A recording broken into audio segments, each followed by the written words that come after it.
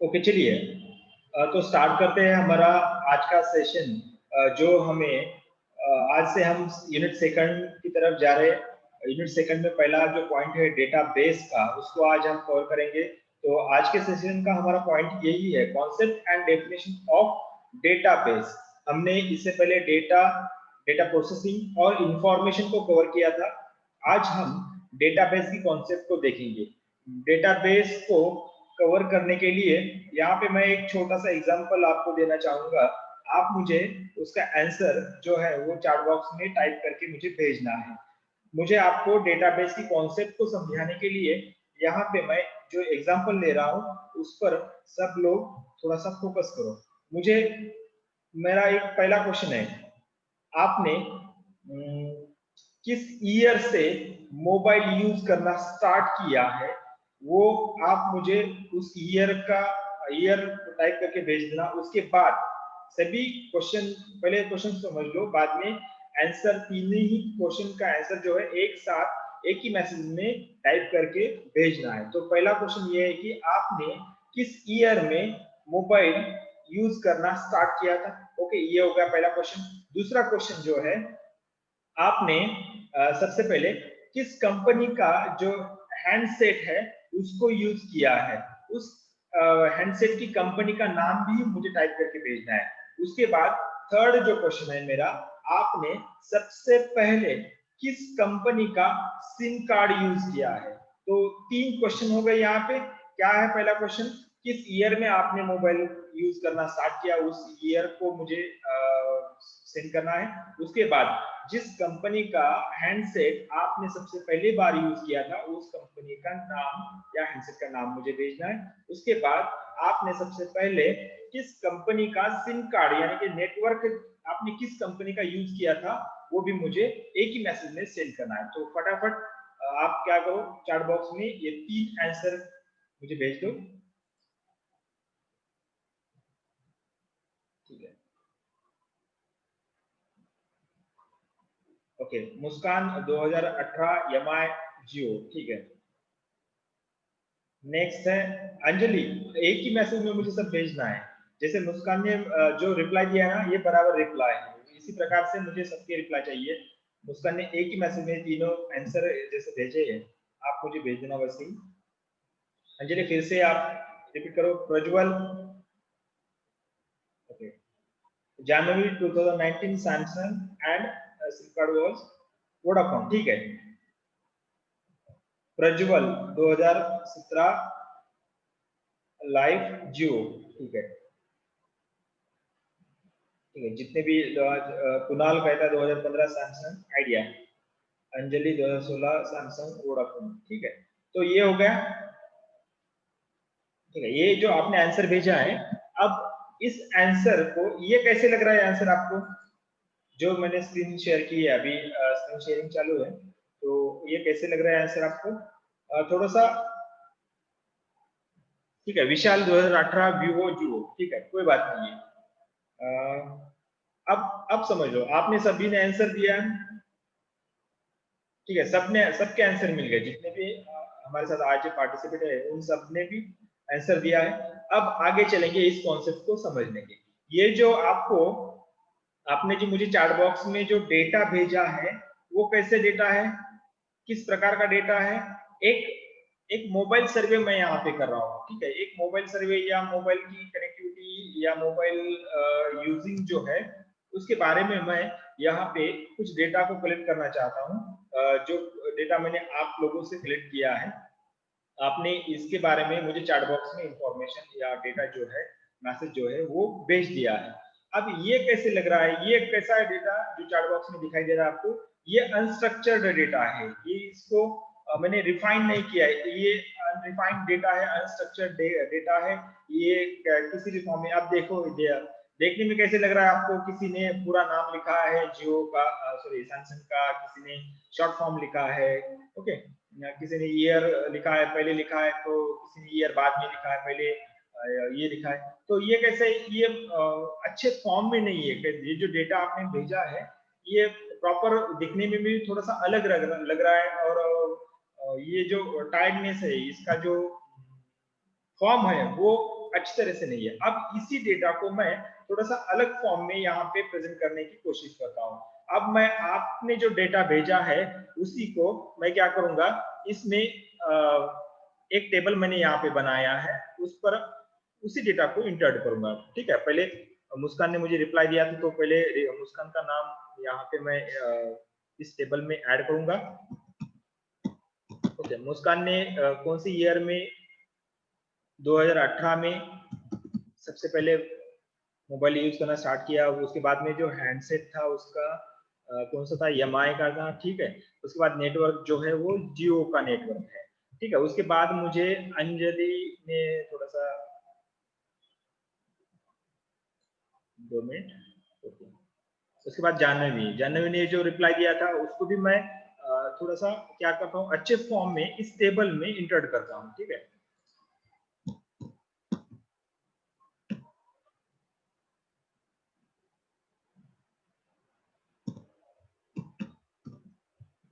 जानवी ने कब स्टार्ट किया था, 2019,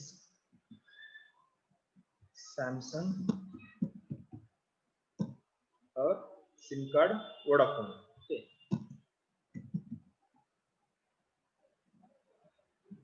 नेक्स्ट जो तीसरा जो रिप्लाई दिया था, आप स्क्रीन पर देख लेना थोड़ा सा, मैं यहाँ पे ज्यादा उसके बाद प्रज्वल। ठीक है, उसके बाद प्रज्वल ने जो रिप्लाई दिया था या जो कुछ डेटा प्रेजेंट किया था, प्रज्वल। ठीक है, प्रज्वल ने 2017 में, उसके बाद लाइफ जियो। ठीक है, उसके बाद किसने दिया था रिप्लाई, जानवी का रिकॉर्ड हो गया, विशाल 2018, कुणाल 15 सैमसंग आइडिया। कुणाल का यहाँ पे मैं सभी लोगों का ऐड नहीं करूंगा समझने के लिए। लास्ट कुणाल ने कब किया था, कुणाल सैमसंग 2015 में। ठीक है, क्योंकि ये बड़ी दिक्कत जाती है थोड़ा सा ये ऑनलाइन पर ये करना, टाइप करना, और कहाँ पे होगा ये,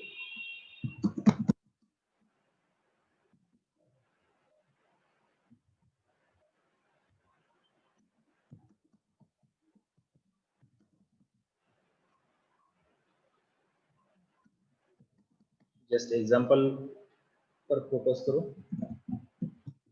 Samsung idea.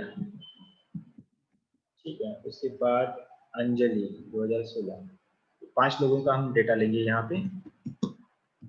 Anjali 2016, Samsung, Vodafone. ठीक है, अब यहाँ पे जो कॉन्सेप्ट है अपने डेटाबेस उसको समझने की कोशिश करेंगे।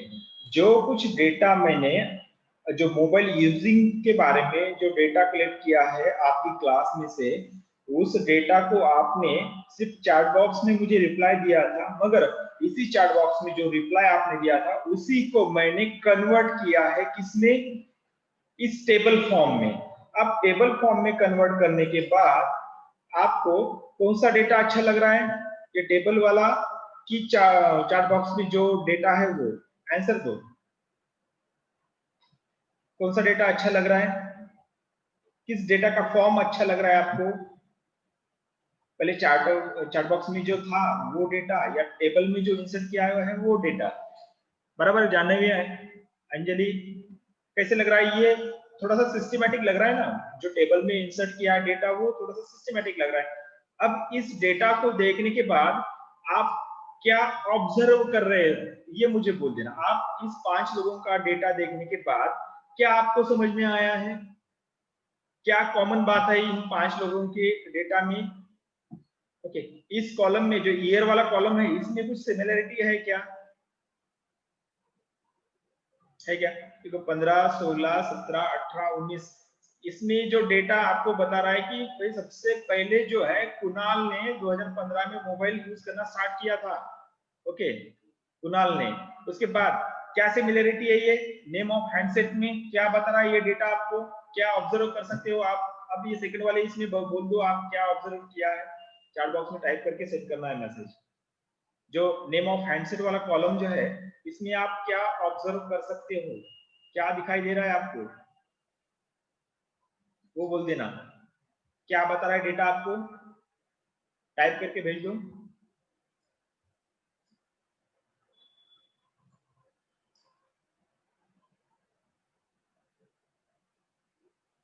ओके,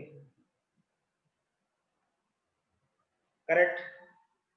जानवी ने जो ऑब्जर्व किया है वो बराबर है, वो कहती है कि सैमसंग का जो मोबाइल है वो 3 लोगों ने यूज किया है। ओके, बाद में प्रज्वल कहता है कि most user of Samsung mobile, बराबर है। और क्या ऑब्जर्व किया है, और क्या ऑब्जर्व किया है बाकी लोग, आपको क्या लगता है। ठीक है, उसके बाद कुछ दे रहे क्या कुछ लोग रिप्लाई, कि आगे बढ़ो मैं।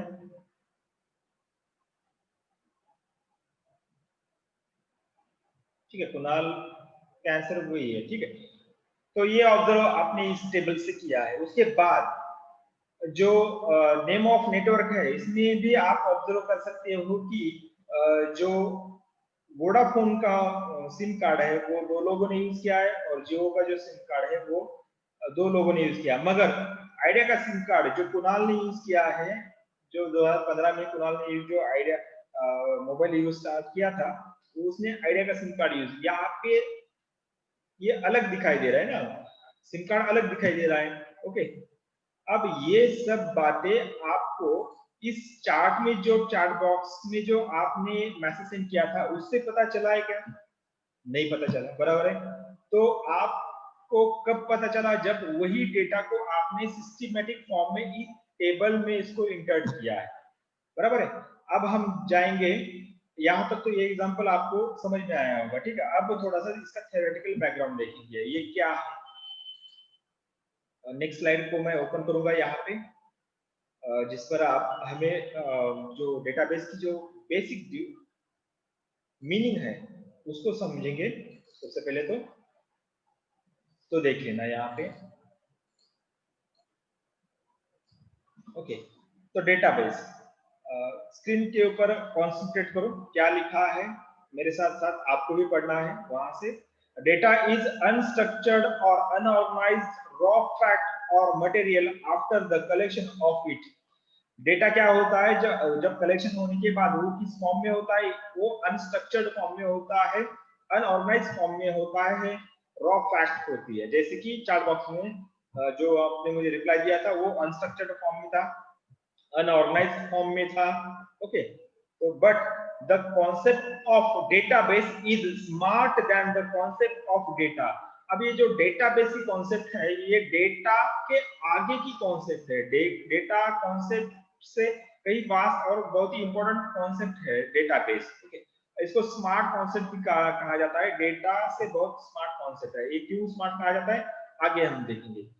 Database defined in simple term as a smart, structured, organized collection of related data or information in a table। अब यहाँ पे ये टेबल बहुत ही इंपॉर्टेंट शब्द है।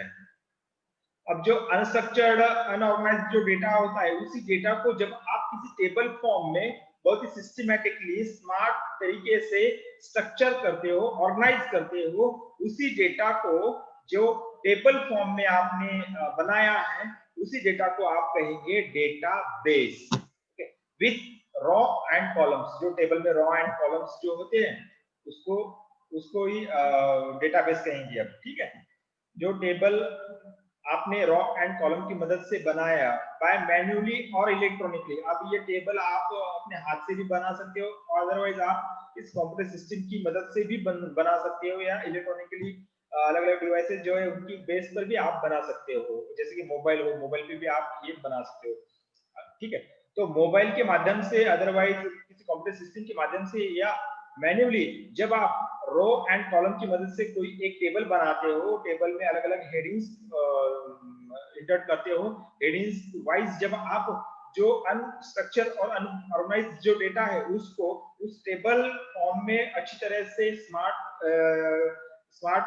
पद्धति से उसको जब आप लिखते हो टेबल में, तो उसी डेटा को ही आप डेटाबेस कहेंगे। ये क्यों किया जाता है? For easy access, manage and update of the data और इंफॉर्मेशन। क्यों किया जाता है? क्योंकि इसी डेटा को इजीली एक्सेस किया जा सके, इसी डेटा को इजीली मैनेज किया जा सके, इसी डेटा को इजीली शेयर किया जा सके, इसी डेटा को इजीली अपडेट किया जा सके, इसीलिए डेटा को कन्वर्ट किया जाता है डेटाबेस। तो क्या है सिंपल फॉर्म में, सिंपल भाषा में डेटाबेस क्या है? It is a conversion of data into a table. Data को टेबल में कन्वर्ट करने की जो प्रोसेस है, या जो कन्वर्ट करने के बाद जो डेटा होता है टेबल में, उसी को आप डेटाबेस कहेंगे। बराबर है? तो ये बात आप तो अभी जो अपना चैट बॉक्स में जो डेटा था वो रॉ डेटा है, मगर वही डेटा जब टेबल फॉर्म में आया तो वो क्या बन गया? डेटाबेस बन गया। जो आपने आपके डेटा का मैंने यहाँ पर इस एग्जांपल में ये डेटाबेस बन गया है मेरा। ओके, तो यहाँ पे मैं टाइटल दे सकता हूँ database of mobile using of BCom second year. BCom second year के जो स्टूडेंट्स है वो जो मोबाइल यूजिंग के बारे में जो डेटाबेस है मेरे पास, तो ये यहाँ पे मैंने 5 लोगों का नाम रिकॉर्ड किया। इस डेटाबेस को आप अपडेट भी कर सकते हो। अब अभी कुछ दिनों के बाद क्या करूंगा, मैं फिर से यही क्वेश्चन से या इसी प्रकार का डेटा मैं बाकी लोगों के पास से भी कलेक्ट करूंगा और उसी डेटा को इस टेबल में आगे इंक्रीज करते जाऊंगा, इस टेबल को मैं बढ़ाते जाऊंगा। क्यों? क्योंकि मुझे इस डेटा की जरूरत है, इस डेटाबेस की जरूरत है। इस डेटाबेस से क्या होगा, मुझे कुछ मुझे ऑब्जर्वेशन करने हैं, जो कुछ इंफॉर्मेशन कलेक्ट करनी है, वो सब मैं इस डेटाबेस से कलेक्ट कर सकता हूँ। अब ये तो हो गया मोबाइल के बारे में, जस्ट सिंपल एग्जांपल मैंने दिया है। अभी आपका डेटा बेस अपने ऑफिस में भी है, वो कैसे हो सकता है वो आप मुझे बता देना। ये तो होगा मोबाइल रिलेटेड डेटाबेस। एक कॉलेज में किस प्रकार का डेटाबेस हो सकता है, ये आप मुझे चैट बॉक्स में टाइप करके सेंड करो। एक कॉलेज में किस प्रकार का डेटाबेस हो सकता है, क्या लगता है आपको? किस प्रकार की डेटा को कलेक्ट करके रखा जाता है, किस प्रकार का डेटाबेस होता है एक कॉलेज में, उसका आंसर मुझे आप चैट बॉक्स में सेंड करो। मैं वेट कर रहा हूँ आपके आंसर का चैट बॉक्स में। एक कॉलेज में किस प्रकार का डेटाबेस हो सकता है? ऑफिशियल तो होगा, ऑफिस में कौन सा? मैं आपके बारे में, स्टूडेंट के बारे में बोल रहा हूँ। स्टूडेंट के बारे में किस प्रकार का डेटा हो सकता है किसी कॉलेज में, जो ऑफिस में डेटाबेस फॉर्म में है? बराबर। स्टूडेंट नेम, मुस्कान करेक्ट कहा है आपने। स्टूडेंट नेम हो सकता है, रोल नंबर हो सकता है, क्लास हो सकता है। बराबर है। जे आपने ऑफिस में डेटाबेस जो है, आपका जो डेटाबेस है वो कैसा है? आपका नेम है, आपका एड्रेस है, आपका मोबाइल नंबर है, आपका ईमेल आईडी है, आपका क्लास है, आपने कितनी फीस पेड की है, आपको स्कॉलरशिप मिलती है या नहीं, वो है। वो सब इंफॉर्मेशन एक टेबल में है, जिसको आप कहेंगे स्टूडेंट डेटाबेस। बराबर है। स्टूडेंट इंफॉर्मेशन जो आपने मैंने अभी कहा था वही डेटाबेस है। तो यहाँ पे मुझे लगता है आपको क्लेरिफाई हुआ होगा कि डेटाबेस एक्चुअली क्या है, डेटा और डेटाबेस में क्या डिफरेंस है, ये आपको समझ में आया होगा। जस्ट इसको समझने के लिए टेबल ध्यान में रखना, डेटा को टेबल में इंसर्ट करना, इसी को ही डेटाबेस कहते हैं सिंपल लैंग्वेज में ये समझने के लिए। और थ्योरेटिकल लैंग्वेज, थ्योरेटिकल आप इस स्लाइड को देख सकते हो जो जो हमने अभी एक्सप्लेन किया है। ठीक है, आगे बढ़ेंगे। एग्जांपल्स ऑफ डेटाबेस, जो आपने अभी कहा था स्टूडेंट के बारे में, वो एकदम बराबर है। कुछ एग्जांपल्स इससे आपको क्लेरिफाई होगा। एम्प्लॉय डेटाबेस, जैसे कि किसी कंपनी में एम्प्लॉय डेटाबेस होता है, किसी एम्प्लॉय का नाम हो, उसका आईडी हो, उसका डेट ऑफ बर्थ हो, उसकी डेट ऑफ ज्वाइनिंग हो। ये क्या हो सकता है? उस कंपनी में उस पर्टिकुलर वर्कर का या एम्प्लॉय का डेटाबेस रिलेटेड डेटा हो सकता है। ठीक है। नेक्स्ट है स्टूडेंट डेटाबेस, जो कॉलेज में होता है। रेलवे टाइम टेबल, रेलवे का जो टाइम टेबल बनता है, वो जो रेलवे टाइम टेबल का जो टेबल होता है उसको भी आप एज अ डेटाबेस कह सकते हो, रेलवे का डेटाबेस। उस प्रकार से टेलीफोन डायरेक्टरी जो होती है वो भी एक डेटाबेस ही है। डिक्शनरी जो अपनी है, आपके पास जो डिक्शनरी है वो भी एक डेटाबेस है, वर्ड की डेटाबेस है। पर्सनल एड्रेस बुक, अगर अब ये एड्रेस बुक पहले के जमाने में जब मोबाइल नहीं था तो हर एक के पॉकेट में ये एड्रेस बुक होती थी।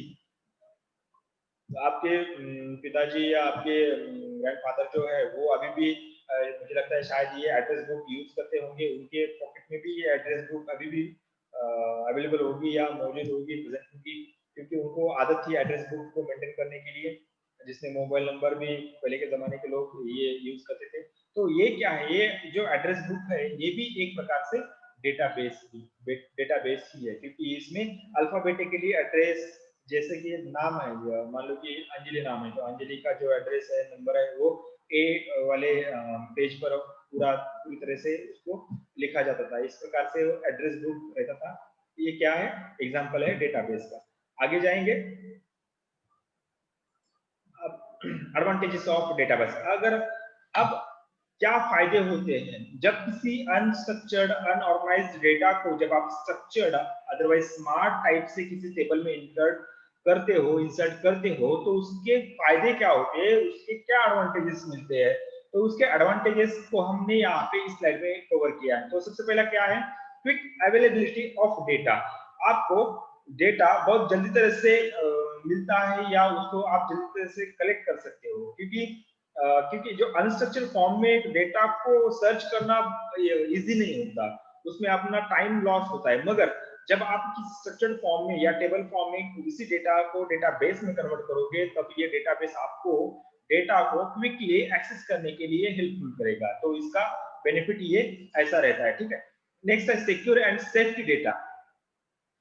जब डेटाबेस में अब ये जो मैंने आपने जो चैट बॉक्स में मुझे आंसर भेजे थे, ये सिक्योर है का नहीं, अगर ये मीटिंग खत्म हो जाए तो वो डेटा भी चैट में जो आपने मैसेज सेंड किया वो चला जाएगा। मगर उसी डेटा को मैंने टेबल फॉर्म में इंसर्ट किया है, तो वो कैसे हो गया, अभी सिक्योर फॉर्म में हो गया, क्योंकि ये पीपीटी में सेव करके रखता हूँ। मगर ये जो ये मीटिंग होने के बाद वो चैट बॉक्स में वो चैट तो मैं सेव करके नहीं रखता, इसलिए वो क्या है, वो सेफ्टी नहीं है, सिक्योर नहीं है। मगर अब ये टेबल फॉर्म में जो डेटा मैंने इंसर्ट किया है, डेटाबेस जैसा मैंने बनाया है, वो क्या हो गया, वो सिक्योर हो गया, सेफ्टी हो गया। इसी प्रकार से डेटाबेस में डेटा कैसा होता है, सिक्योर होता है, सेफ्टी होता है। नेक्स्ट है फ्रीडम फ्रॉम अनवांटेड डेटा। अब यहाँ पे फ्रीडम फ्रॉम जो डेटा है, डेटा को डेटाबेस में कन्वर्ट करते समय हम क्या करते हैं कि जो हमें अच्छा लगता है, जो हमारे आवश्यक डेटा है, उसी को हम डेटाबेस में या टेबल में कन्वर्ट करते हैं। अनवांटेड जो हमें काम का जो डेटा नहीं है उसको हम छोड़ देते हैं।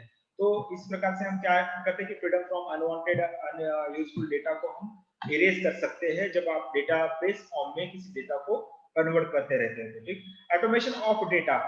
ऑटोमेशन में कैसा होता है कि आप डेटा को क्या कर सकते हैं, किसी कमांड देके उसको आप सॉर्टिंग कर सकते हो, उसकी ऑर्डर चेंज कर सकते हो।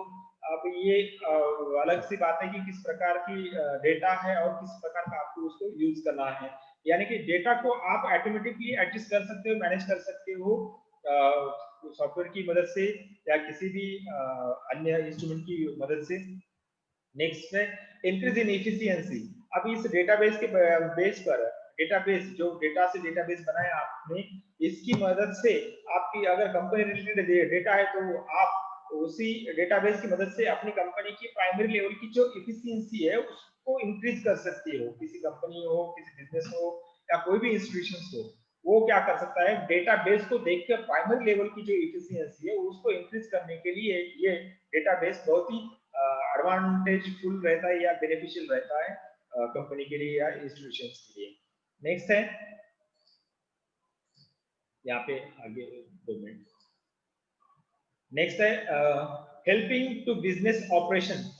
अब ये जो डेटाबेस है, डेटाबेस के माध्यम से ही डेटा प्रोसेसिंग की जाती है, डेटा प्रोसेसिंग से इंफॉर्मेशन कलेक्ट की जाती है। ये जो पूरी एक्टिविटी है या अदरवाइज जो डेटा प्रोसेसिंग जो पूरी साइकिल जो है, ये पूरी साइकिल स्टार्ट होती है डेटाबेस से। डेटाबेस से स्टार्ट होने से क्या होगा कि डेटाबेस के स्टार्ट होने से डेटा प्रोसेसिंग साइकिल कंप्लीट होगी, उसके बाद हमें इंफॉर्मेशन मिलेगी, इंफॉर्मेशन का सिर्फ बाद में कम्युनिकेशन होगा, कम्युनिकेशन होने के बाद डिसीजन मेकिंग होगी। तो सारी चीजें डिपेंडेबल है एक के ऊपर एक। इससे क्या होगा, कंपनी में या किसी बिजनेस में जो कुछ ऑपरेशन चलते हैं, डेली एक्टिविटीज हो या प्रोडक्शन रिलेटेड एक्टिविटीज हो या ऑफिस रिलेटेड एक्टिविटीज हो, इन सभी एक्टिविटीज और ऑपरेशन में क्या होता है, एक मदद से मिलती है इस डेटाबेस से। नेक्स्ट जो है easy data processing working. Easy data processing, अब डेटाबेस के माध्यम से डेटा प्रोसेसिंग करना बहुत इजी होता है, क्योंकि आधा जो काम है अपना क्या होता है, बहुत ही हमने जो डेटा प्रोसेसिंग में इनपुट में जो कुछ एक्टिविटी को देखा था, डेटा प्रोसेसिंग साइकिल की जो इनपुट वाली एक्टिविटी हमने कवर की थी, वो सभी इनपुट वाली एक्टिविटीज डेटाबेस बनाते समय कंप्लीट हो जाती है। तो इससे क्या होगा कि डेटा प्रोसेसिंग की जो साइकिल है उसका आधा काम यानी कि फर्स्ट स्टेज डेटाबेस के बेस पर ही खत्म हो जाता है। इससे क्या होगा कि डेटा प्रोसेसिंग में एक इजीनेस आपको मिलेगा, डेटा प्रोसेसिंग हो या डेटा वर्किंग हो, आपको इसमें ज्यादा कुछ डिफिकल्टी का सामना नहीं करना पड़ेगा, क्योंकि ये डेटाबेस करते समय हमने डेटा प्रोसेसिंग की जो फर्स्ट स्टेज जो है इसको काफी हद तक हम यहाँ पर कंप्लीट कर सकते हैं। नेक्स्ट जो है यूजफुल इन डिसीजन मेकिंग, जो अभी बात मैंने कही थी कि डेटाबेस के माध्यम से हम प्राइमरी लेवल पर कुछ डिसीजन ले सकते हैं, मगर जो एग्जैक्ट जो आपको फ्यूचर प्रेडिक्शन जो करना है, फ्यूचर प्रेडिक्शन हो या फ्यूचर प्लानिंग जो है या स्ट्रेटेजी जैसी बनानी है, तो इसके लिए डेटाबेस के माध्यम से जो डेटा प्रोसेसिंग कंप्लीट की जाती है और डेटा प्रोसेसिंग कंप्लीट होने से जो इंफॉर्मेशन हमें मिलती है, इसकी मदद से पूरी डिसीजन मेकिंग सिस्टम जो होती है उसमें हमें फायदा होता है, उसमें उसमें हमें बहुत सारे एडवांटेजेस मिलते हैं। तो बेस रीजन क्या है, ये सब एडवांटेजेस मिलने का एकमात्र कारण क्या है, वो है डेटाबेस। तो हम इस प्रकार से इसके एडवांटेजेस को क्लासिफाई सॉरी यहाँ पे विश्लेषित कर सकते हैं, लिख सकते हैं और समझ भी सकते हैं। ठीक है, तो यहाँ पे एडवांटेजेस तो हो गए। अब इसकी सेकंड साइड को हम देखेंगे, डिसएडवांटेजेस क्या है डेटाबेस के। डिसएडवांटेजेस वैसे तो आज के युग में डेटाबेस के एडवांटेजेस है, मगर कुछ एंगल से हम इसके डिसएडवांटेजेस भी देखेंगे। तो सबसे पहला जो डिसएडवांटेजेस है वो क्या कहा है कि इंक्रीज इन एक्सपेंडिचर।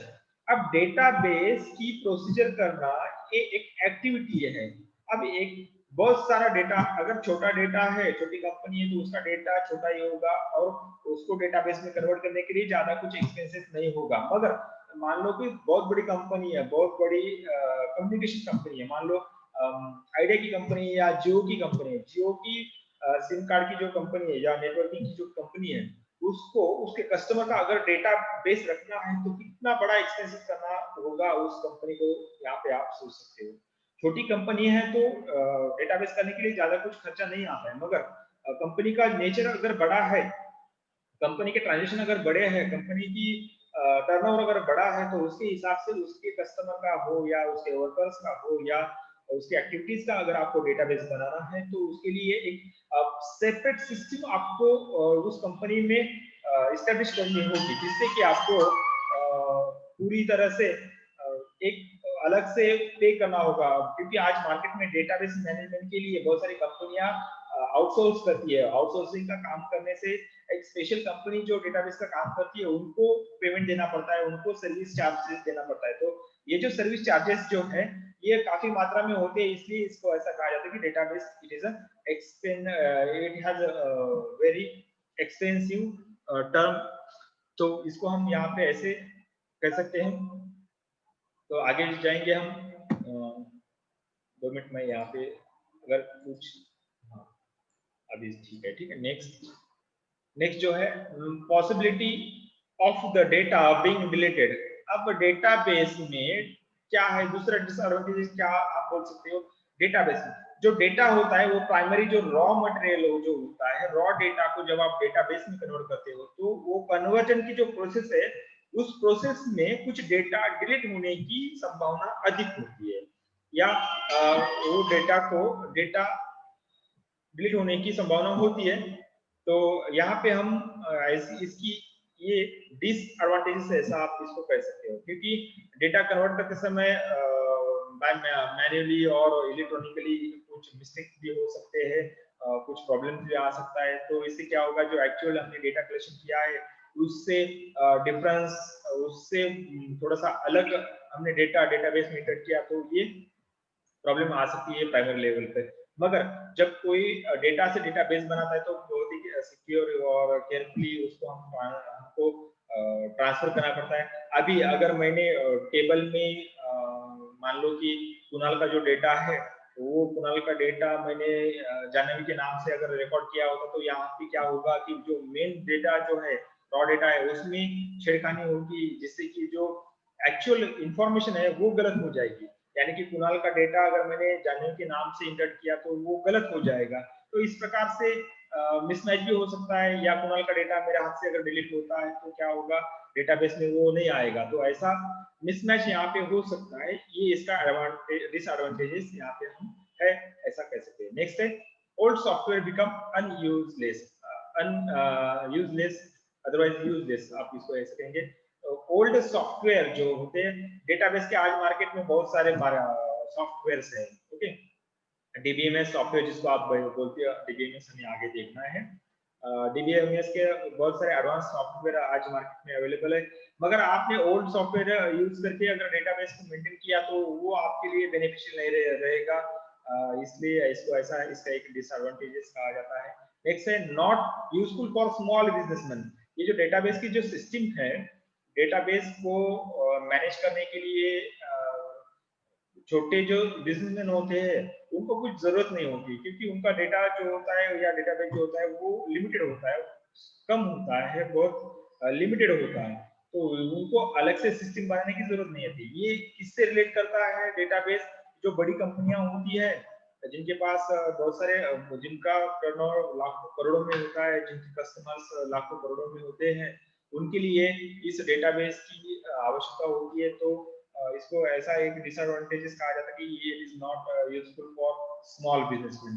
तो इससे आपको पता चलेगा कि डेटाबेस कितना फायदेमंद है, किसको फायदेमंद है, ये बातें आपको क्लियर हुई होंगी। तो आगे हम, क्योंकि हमारे पास टाइम कम है, तो हम क्या करेंगे, यहाँ पे ये डिस्कशन स्टॉप करते हैं। हमने क्या कवर किया, हमने कवर किया डेटाबेस की मीनिंग को। डेटाबेस की मीनिंग क्या है, सिंपल भाषा में किसे कहेंगे, it is a conversion process of data into table. ठीक है, तो यहाँ पे आपने डेटाबेस की कॉन्सेप्ट को समझा। इसके बाद में हमने डेटाबेस के एग्जांपल्स को देखा, किस प्रकार का डेटाबेस हो सकता है, किस स्वरूप का डेटाबेस हो सकता है। उसके बाद हमने देखा एडवांटेजेस ऑफ डेटाबेस, एडवांटेजेस किस प्रकार से इस डेटाबेस के फायदे होते हैं, ये हमने डिस्कस किया। बाद में इसके जो डिसएडवांटेजेस है उसके बारे में भी चर्चा की। हम कल देखेंगे नीड ऑफ डेटाबेस, और बाकी दूसरे जो पॉइंट्स है वो हम कल कवर करेंगे।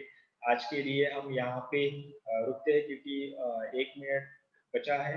अगर किसी को कोई क्वेश्चन पूछना है तो आप मुझे चैट बॉक्स में टाइप करके भेज सकते हो, अदरवाइज आप पर्सनली भी मुझे मैसेज कर सकते हो। इससे रिलेटेड कोई क्वेरी है या कोई प्रॉब्लम है तो आप मुझे पूछ सकते हो। तो मुझे लगता है यहाँ पे 1 मिनट बचा है, तो अगर क्वेश्चन है तो आप सेंड करो। ठीक है, मैं ये स्लाइड शेयरिंग का ऑप्शन जो है इसको क्लोज कर देता हूँ। मुझे आपकी अटेंडेंस यहाँ पे लगानी है, तो मैं यहाँ पे अटेंडेंस को रिकॉर्ड कर देता हूँ। स्लाइड शेयरिंग मैं यहाँ पे स्टॉप करूंगा। तो आज हम नियर अबाउट 9 प्लस है, 9 लोग हमारे साथ जुड़ गए हैं। ठीक है, आज के लिए हम यहाँ पे आज का सेशन स्टॉप करते हैं, कल फिर ऑन टाइम मिलेंगे। ओके।